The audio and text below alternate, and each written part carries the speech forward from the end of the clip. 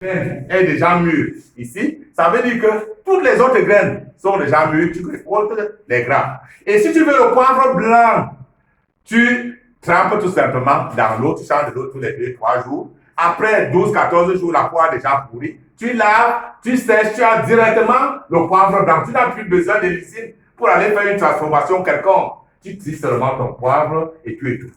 Maintenant, si tu veux le poivre noir, il suffit de chercher notre truc de récolte. Tu trempes l'eau. Tu chauffes l'eau à 100 degrés et tu trempes ce poivre vert dans cette eau. Après 2-3 minutes, tu sors ce poivre, tu pars sécher, ça sèche directement avec la graine et la peau et ça te donne directement du poivre noir. Et je vous ai dit qu'on reconnaît le maçon au pied du mur.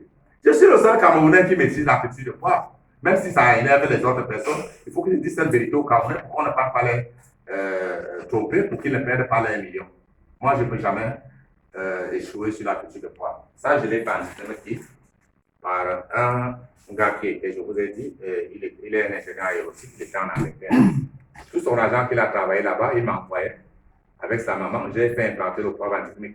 J'étais encore très occupé à la PHP. Je partais une seule fois par mois, je formais les gens, je rentrais, je donnais les instructions. Tout ce que je passais comme traitement, c'était avec mes techniques culturelles. Et au jour d'aujourd'hui, il sort déjà 5 tonnes par an. Il a abandonné le travail en Angleterre avec sa femme, il est déjà au Cameroun. Je vous ai dit que ça, je coordonne cette plantation à Pertois, à Konolinga. Voilà l'échantillon.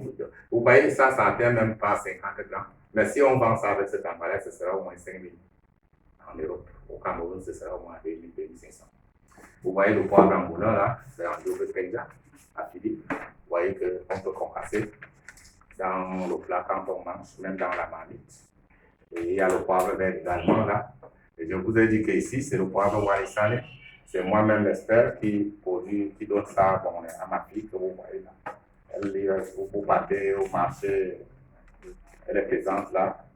Le poivre Walisane, donc à Douala, c'est la patience. Vous allez dans les marchés centrales ici et ailleurs. Vous allez trouver cela. Sachez que c'est l'expert même qui a supervisé la qualité et puis que c'est du vrai. Vous voyez cet emballage, ça c'est un emballage exceptionnel. On a à peine 500 grammes de poivre noir mélangé au poivre blanc. Sur place au Cameroun, on vend ça à 25 000, mais vous ne trouverez rien pas ça ailleurs. Parce que quand moi je garde ça dans ma bibliothèque, mon épouse était même contre que je sorte avec. Et que ça peut se casser, je dis non, je vais bien protéger, il faut bien que je monte au Cameroun. Si on met même l'or là, le d'or là, à l'extérieur, on peut vendre ça même à 500 000. 250 000, les gens vont toujours acheter. Et je vous disais que le Cameroun a la meilleure qualité du poivre du monde. Mais le Cameroun ne produit que 400 tonnes par an. Le Cameroun qui a la meilleure qualité du poivre du monde. Le Cameroun qui a le label. Les pays qui ont la qualité qui n'atteint pas la qualité du Cameroun, la bonne qualité, la qualité supérieure, comme le Vietnam, la Malaisie, le Costa Rica, l'Inde, chacun d'eux produit 2 000 à 3 000 tonnes l'année.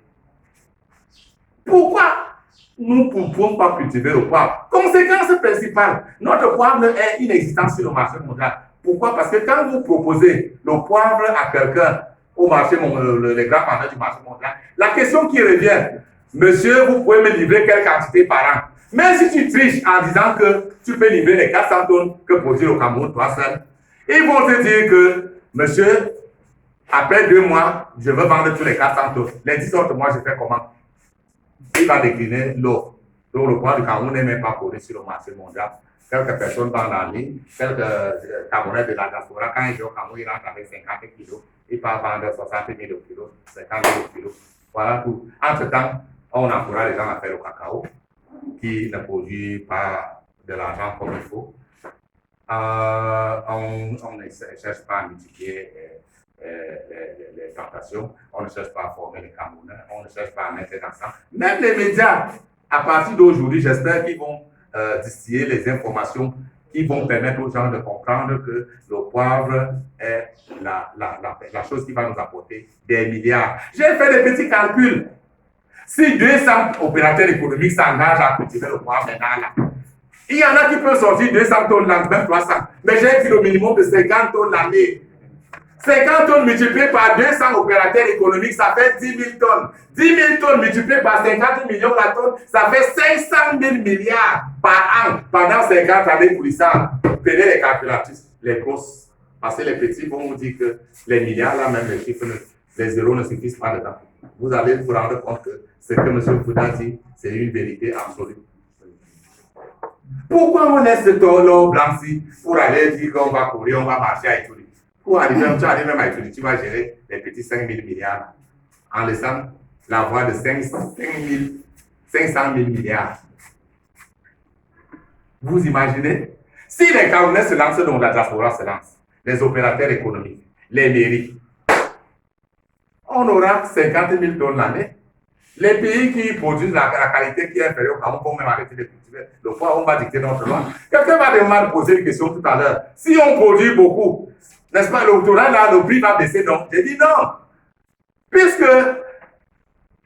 plus le Cameroun va produire des quantités très importantes, plus le poids du Cameroun sera connu sur le marché mondial, plus les gens vont découvrir le poids du Cameroun dans le monde, plus la demande sera largement supérieure à l'eau, plus les prix vont plutôt augmenter, donc il sera même de 50 000 tonnes à 50 millions la tonne, peut-être à 60 millions la tonne. Et même si ça baisse même à 10 millions la tonne, et que nous avons ne serait-ce que 10 000 tonnes par an, 10 000 tonnes multipliées par 10 millions la tonne, ça fait 100 000 milliards par an pendant 50 années pour ça. Je reviens sur, je vous rappelle toujours que le budget du Cameroun, c'est 5 000 milliards l'année. Vous pouvez vous imaginer, vous aurez quoi au Cameroun qui va vous apporter des milliards comme l'or blanc? Vous aurez quoi exactement? Je ne vois pas. Et je vous ai dit que les Camerounais ne savent pas la culture du poivre. Je suis le seul qui a travaillé dans les projets poivre pendant plus de 20 ans. Voire même 25 ans. Je suis le seul qui a bénéficié de la formation exceptionnelle de l'un des les plus grands experts du monde. J'ai nommé M. Scott, qui venait de mourir il y a un mois. Il avait plus de 90 ans. Il est mort en Angleterre pendant le coronavirus. Paix à son âme. Surtout que toute sa famille intrinsèque n'a pas pu assister au deuil parce qu'il y avait des barrières avec les histoires de coronavirus. Vous comprenez donc que si les Camerounais se lancent à cultiver le poivre, j'aurai le temps à distiller les techniques de poivre. Même si je meurs, même si Dieu m'appelle, j'aurais déjà fait mon devoir. Le Cameroun serait déjà un pays émergent. Donc le poivre, c'est une source d'émergence dans les 10 ou 12 années coulissantes. Il n'y a rien d'autre au Cameroun qui peut apporter les devises, comme je dis là. Le cacao, si ça pouvait apporter des vraies devises, depuis 50 ans, voire même plus on cultive, je ne vois pas. Le poivrier, je vous donne juste 10 ou 12 années coulissantes, d'ici 2032. Si 200 opérateurs économiques, mais ou ne sais pas quoi, se lancent en 10-12 ans, parce que quand tu vas planter 3 ans et demi, ça commence à entrer en production. Et ça monte petitement. Plus les années augmentent, plus la production augmente. Quand ça atteint 7-8 ans, c'est déjà à 6 mètres, 7 mètres. C'est toi qui coupes le tuteur. Parce que si tu laisses, lui peut aller à 20 mètres. Or, à 20 mètres, tu seras plus capable de gérer les traitements ou des récoltes.